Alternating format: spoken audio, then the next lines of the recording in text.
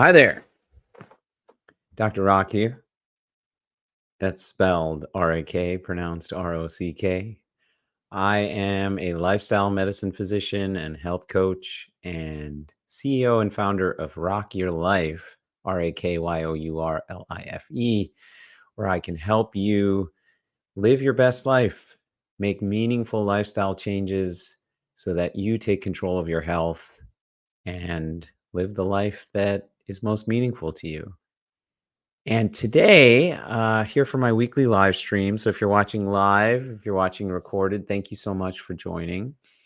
And I am going to address a topic that I struggle with. I very greatly struggle with, which is time management.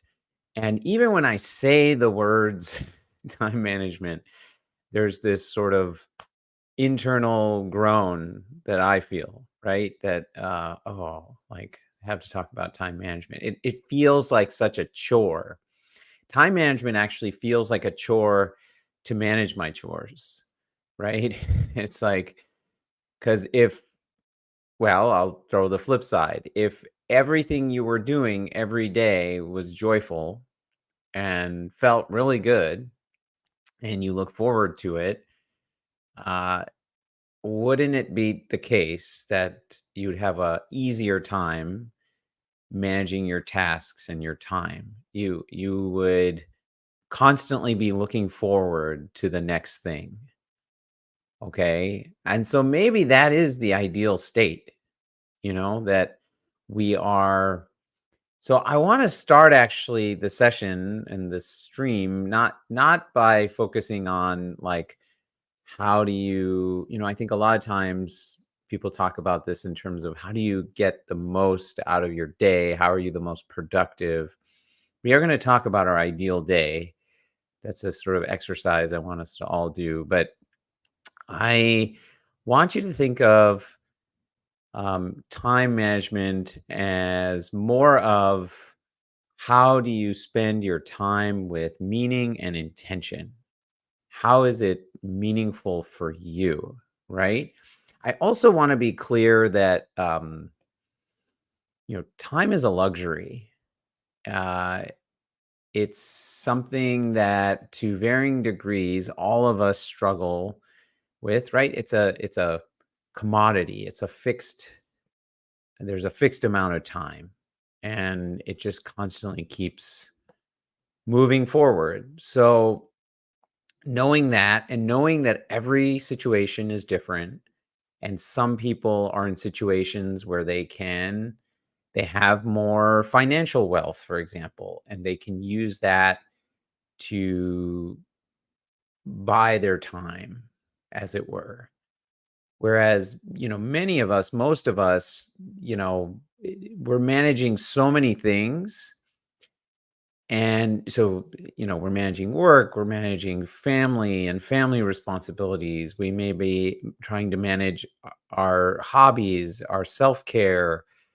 Um, there is a gigantic list of things that, right, we're trying to fit in for. And many of us, I would say this is true for myself. For many years, I just kind of let the day go on as it went on without really thinking about how I wanted it to unfold or what my intention was.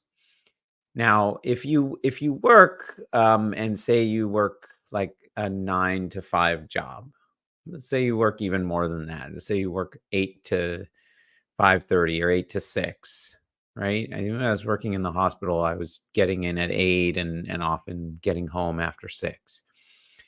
Um, there is there is time management built in most likely to your day already, right? So if you're going to a job or you have a job that has a certain amount of responsibilities, requirements, obviously, you're going to have a day-to-day schedule. You may have meetings, you may have, so some of that is inherently already being done for you, right? And what I want to focus on is the areas of your life that you have control that maybe right now aren't being used intentionally, right? So if you're at a job, then there's certain hours where you know, your schedule is set already.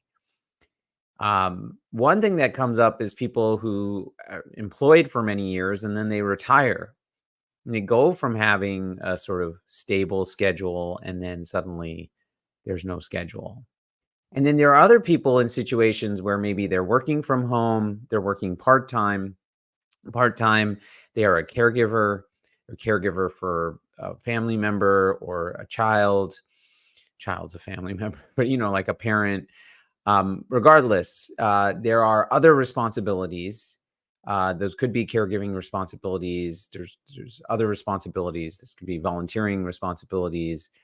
Um, there are other projects that people have, right? You think about like the things that you would like to do, um, whether that be hobbies, whether that be movement and exercise and self care, whether that be talking to a friend.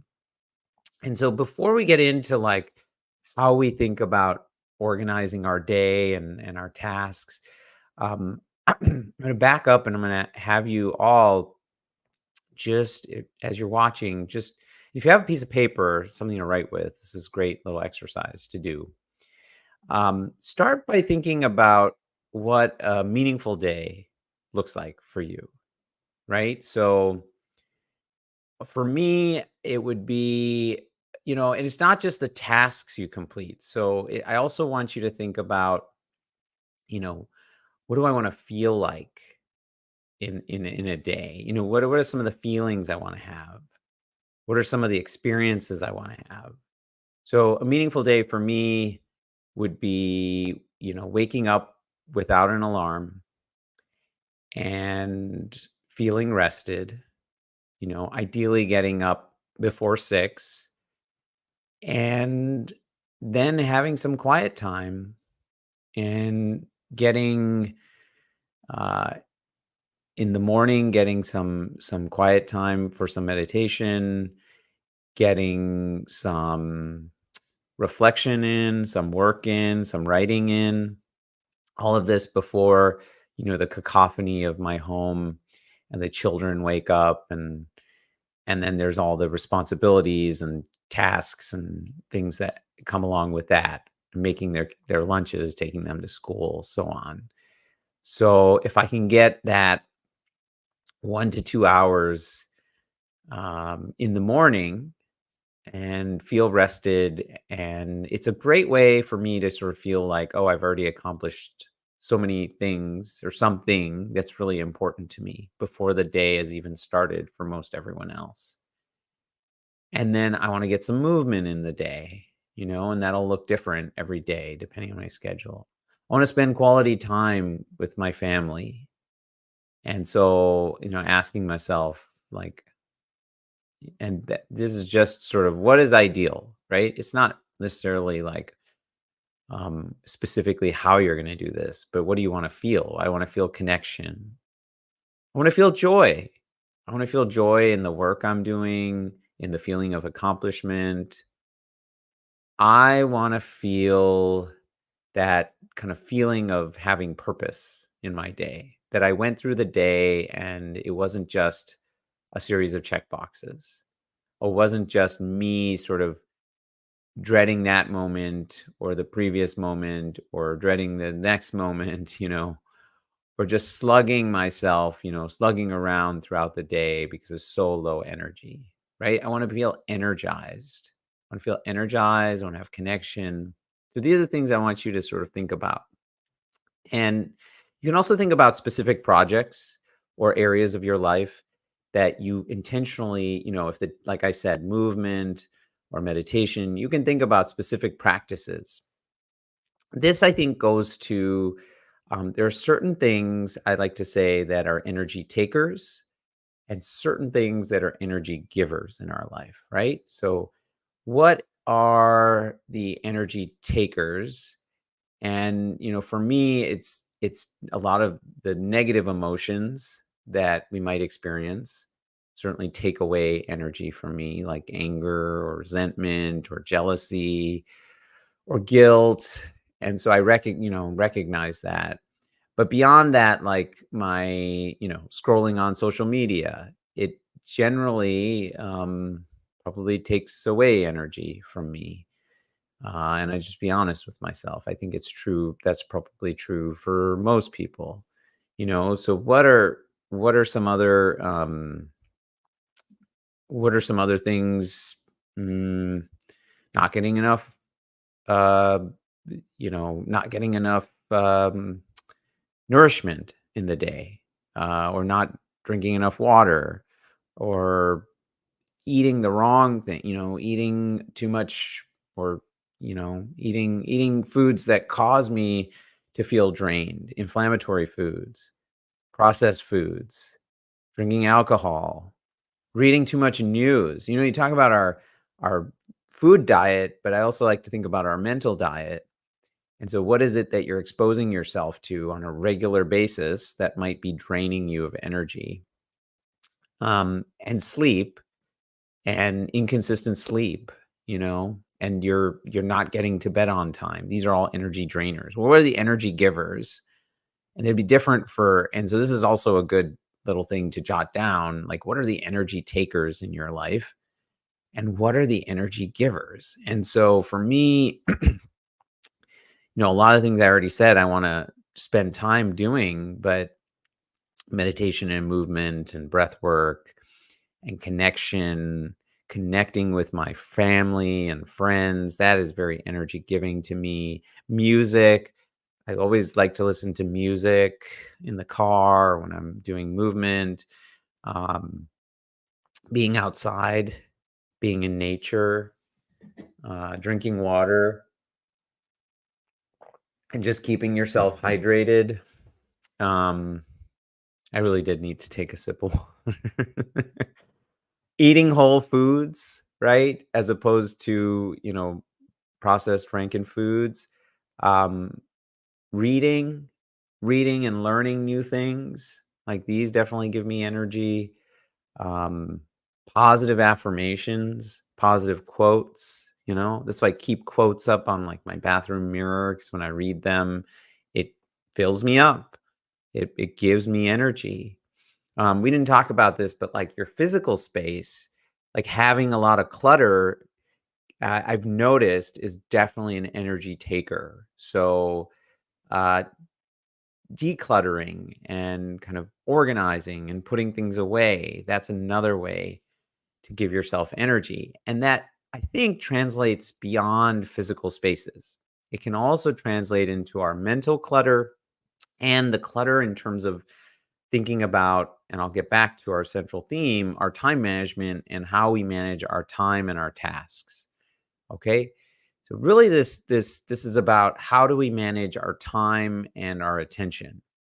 And those, I would say, are our two most valuable pieces of wealth, because they are both limited commodities, right? So, yeah, let's think about that. What's your current, you break it up. So, what's your current state? And I always like to work through that first. How are you managing both of those things? How are you managing your time, and how are you managing your attention? And they sound similar, but I'll tell you what I mean. So think about how you're managing your time. Now, most people, they use a calendar, right? This is where a calendar manages our time, right? To varying degrees. Some people, they only use a calendar for appointments, for example. Like, they don't want to miss. Most people use a calendar for appointments. And so you don't want to miss a meeting that you have with your kid's teacher, or with your boss, or with a doctor's appointment, or whatever it is, right? So put appointments on your calendar. And then on the other end of this is, you know, scheduling everything, right? So minute by minute, you just every day, every moment of the day is scheduled. Now, That can sound overwhelming. That can sound, we'll get into that, but just ask yourself right now, okay, are you using a calendar for your time? And then to what degree are you using it? Okay. And then for your attention, I would say this is how you manage your tasks. This is manage like what you're actually doing during that time. And do you have a system for that? Do you have a system for managing your tasks? Maybe you make a to-do list every day. Where do you put that? Um, is that something you've been doing for a long time that works for you? We'll get into that next. The current state, just being honest with yourself. What am I doing to manage my time? What am I doing to manage my tasks? Okay. And then asking yourself, how effective are my current systems working? And the effectiveness is getting us back to like, what is your ideal day? So go back to your ideal day. What do you want to feel in the day? What are certain things you want to accomplish? And whatever that list was for you, look at your current system. What is your current system helping? Like for me, if I was doing an assessment, it would be like, well, is my current system of how I'm putting things on my calendar, is that leading to me feeling like I had a productive day at the end of the day? That's something I want to feel. Is that leading to me having regular connections with friends? And you see, like, let's say I go through the day or I go through my week and I'm like, I didn't talk to a single friend. How might I use my calendar to aid me? Then the calendar becomes a useful tool, because you're like, oh, okay, I wanted to have movement and it didn't happen. I wanted to do some meditation and it didn't happen. So that's where you look at your calendar and you're like, okay, I already have appointments. I already have my work day. If you're working, or I have childcare responsibility or whatever it is, you put that on there. So you just block that. You're like, okay, this is already spoken for. And ask yourself though, is it 100% spoken for? Like, do I get breaks? If I'm working in an office, do I get breaks? And how might I use those breaks intentionally? Are those breaks at the same time? And could I schedule something like, oh, call a friend, or, like whatever it is. When I used to work in the hospital and I had like some days 45-minute, 50-minute commute, I just regularly, intentionally made it a point to call friends, or my parents or my family, on those car rides home. And I did that, and some people like to listen to podcasts, and I have a great one you can listen to, but that is an example of how you can be intentional. Okay, I didn't listen, I didn't talk to friends, but I have this 50-minute commute every day. Every Wednesday, can I make it a point to call someone I haven't talked to, that's important to me, that gives me energy? And then put it on your calendar so that you see, like, you're going through your work day and then it's like 5:30 rolls around and your calendar alert pops up. It's a call Bill. It's like, oh yeah, I thought about this. I'm gonna call Bill on my drive home today. And we have these remarkable phones, devices, and as many problems as they cause, right? And they're addictive, and they have so many. I mean, it's like a supercomputer, first of all, in your pocket, literally. The equivalent of what just not that long ago was considered a supercomputer. And they do so many things. And so there are all sorts of tools and apps, but there are very simple ones too. Like, every phone has a calendar that you can schedule things in. And every like email platform comes with a calendar sort of built in with your account. So if you're not using a calendar, and then you can notify yourself, you can have like a little pop-up come up like 10 minutes before. So it sounds simple, but you can do this for a reminder to call that friend. And you're going to feel better at the end of the week. You're going to be like, I talked to Bill. We had such a good conversation. You know, and that conversation may not have happened if that little reminder popped up, because it didn't pop up, because, you go through the day, so many things happen. You may then be the last thing on your mind to call Bill, even though calling Bill is the thing that you needed the most.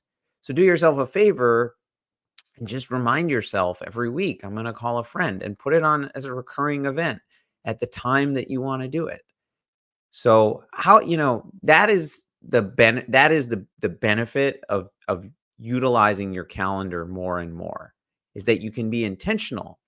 Now, what I caution you is not to schedule so much minute by minute that, and especially if you know yourself, where it feels like you're in this sort of constrained schedule, like it feels very regulated, because we have this natural tendency to rebel against that, right? We want to be in control, right? So what for unscheduled time that you have right now, you can keep it unscheduled.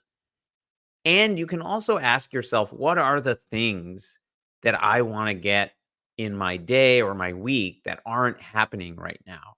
I always say to myself, oh, I don't have time for X, or I don't have time for Y, and it's probably never correct to say you don't have time for something, because we do have time for the things that we make time for. And this is when you can also kind of ask yourself, how am I spending my time now? Because if it's unstructured time and you're not getting certain things in that you'd like to on a regular basis, you must be doing something. And I'd be honest, many of us are, you know, using this, right? Or scrolling, and that's okay, right? That may be your intention. You may say, like, I want, it's a little it's a little mindless for me, and I want that, and I hear that. And so just be intentional about how much time you want to spend on that. And I'm a big believer now in control, for everything, controlling your environment. That is how you make the best choices. So if you're going to control your environment, it's like not keeping your phone necessarily with you. So when you come home, like maybe putting it away somewhere. If you need to get calls or notifications, like sometimes having a watch that connects to your phone can be helpful, so you don't have to have the actual phone with you. Um, not keeping your phone next to your bed.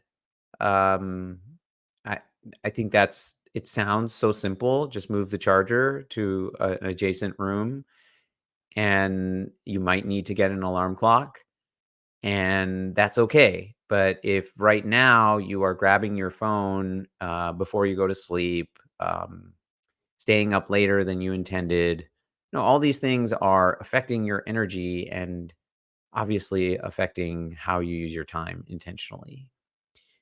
And then this other end of this, the last thing I think we'll maybe get through is your tasks.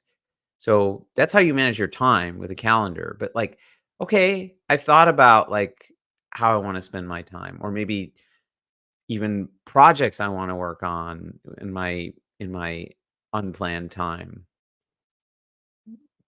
What am I going to do during that time? Right? And how am I going to be most effective during that time? Even if it's just I've blocked like family time, right? Not that everything has to be planned, but this is particularly helpful if you are trying to move forward on a project or a goal or something.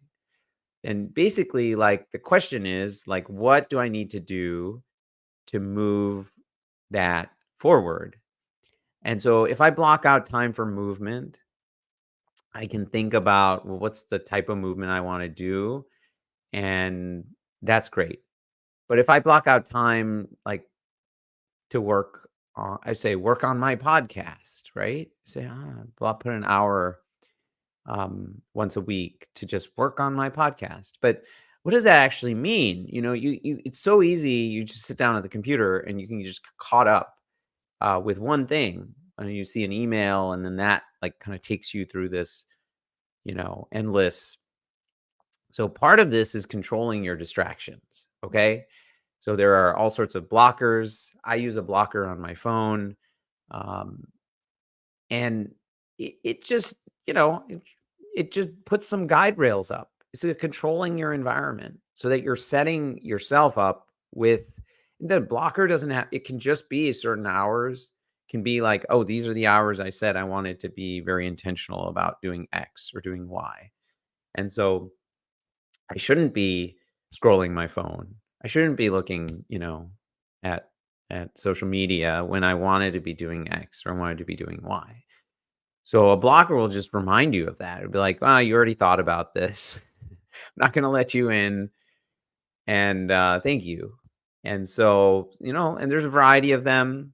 I like the one I'm using. I think it's called Opal. Is it called Opal? Opal. Yeah, I mean, it does cost a little bit of money, but I think about all the hours and hours and hours I've probably saved for the kind of pretty relatively inexpensive annual fee. It's probably worth it. And so, but there are free ones too, and there's other ways you can think about controlling your distractions. Okay, and then you're doing your task. Like, how do you think about how you want to fill that time? And so, that's gonna be different for everyone. But it goes back to like, do you have a system for organizing your tasks? And I'm someone, and I think there's a lot of people out there like me. I know this just from talking to so many people. Like even now, even though I have a system, which I'm happy to tell you about, like I will just randomly on pieces of paper, you see like just there's this to-do list, there's another to-do list on this side. Like now when I do that, I either handle that right away or I put it in my master to-do list. So there's nothing wrong. In fact, I think there's really good to have like a list, a place, a location where you're going to put down the things that you need to get done, want to get done, intend to get done, have committed to get done. I think that's really important. I think having a central location is important, and that could be a whiteboard or it could be the same notepad or a notebook or something on your phone, an app on your phone. I use an app on my phone. There's so many options. It really doesn't matter. It only matters in so much as the system you're using should make sense to you and it should work for you. Like go back to that ideal day and you go back to kind of what you want to feel and how you want to experience life.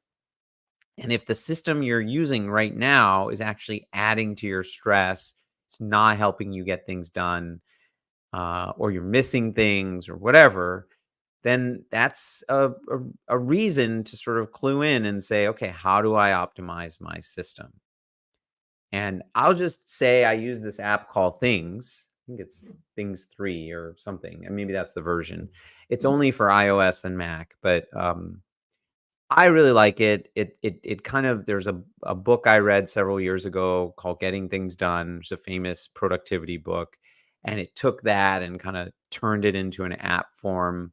I'm not going to get into it in this live stream, but that having a system, having some central place, it could be a note like on your phone that you use every day and just like a giant list that you're sort of um and then prioritizing.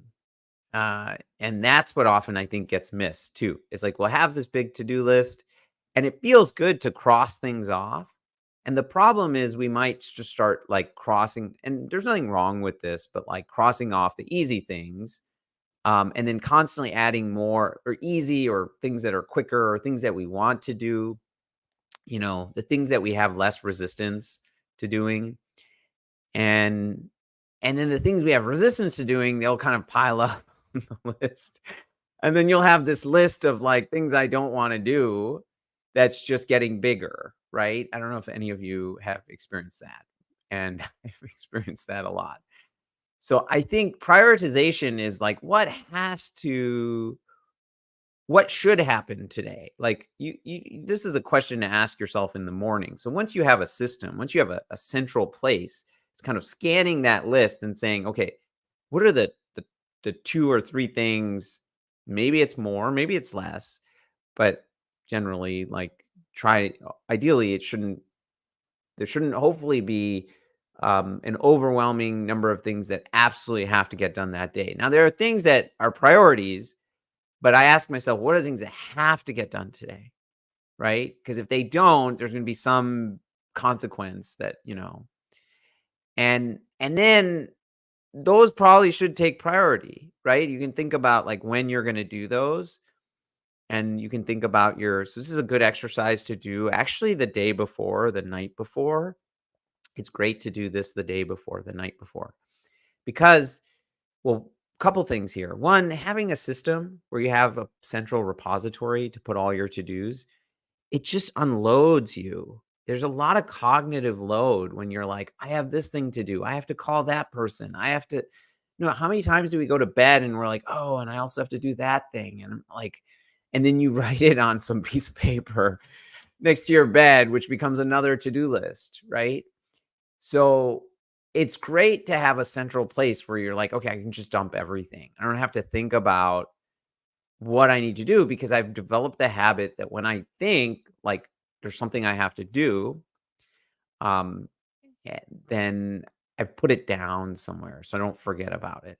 I'm reading emails, that's actively what I'm thinking. Like, okay, do I respond to this email now? Because it's going to take me less than 2 minutes. If it's going to take longer, then I need to remind myself, I need to have that needs to be in my central location. Like, okay. And then I can think about when I'm going to do it. And this is where like organizing your tasks into projects or into like domains of your life can be helpful. And the app I use helps me do that. But it's like, okay, well, now I've dedicated an hour for X for my podcast. Now I know all the tasks that have come up over the last week related to that. I also know like some of the bigger things I'm working on for that, like the things I'm putting together. And then there's some of the things I'm doing regularly. Like I invite guests every week. So send out 2 invitations, for example. And so then I go into that hour and it's like very easy for me to see. Like I've already like thought about what are the things I want to get done. And then the prioritization is like, okay, what are the things that have to happen today? Like, oh, that guest is coming on in 3 or 4 days. I really have to send an email to. And then some of the more aspirational things I may not get to. If I'm never getting to those, then there's a question of maybe I need to schedule more time, because, and then if I'm like, spending too much time on something, then usually that's not usually that's not the case, but it may be that we're not actually using that time as efficiently as possible. Okay. So that was a lot, but uh the last thing I want to say is uh I am not like a productivity guru by any means. This is something that's hard for me, and I don't think I don't even want to be a productivity guru. What I want to be is like somebody who just enjoys his life, and each moment is unfolding in a way that feels pleasant and kind of unfolds with ease. And these tools are ways to help that that flow happen in your life, because then you're not worrying about, missing things, or you're not feeling regret that you didn't spend time on the things that were important to you. You actually did all that, and you thought about that. You thought about like, what is meaningful to me? What do I want to spend time on? What do I want to feel? Like, who do I want to connect with? And then you intentionally use time for that. And if you look at my schedule, there are definitely blocks of what I call free time thrown in, a half hour here, a half hour there. There are blocks of unstructured time where there's nothing, especially on the weekend, or there's just big blocks of family time where it's like, 3 hours in the evening or whatever, where I'm not it doesn't say like 7 to 7:30 dinner and then 7:30 to 8 board game, you know. So, what I'm not suggesting is that you know, micromanage every minute of your day. What I am suggesting is that you use your time and your attention with intention. And yeah, I think that'll help all of us live a more joyful life. So I appreciate all of you if you stick around for watching the whole thing. And check out my podcast, The Health Feast, and link um, in the description, and my newsletter, Rock On, which is a weekly Monday email that you get in your inbox if you sign up, if you subscribe, where I give you a little bit of positivity to start your week so you can rock your week. Question, a reflection, my own reflection, and then a question for you to reflect on. That's the R. An activity, an awareness activity. That's the A.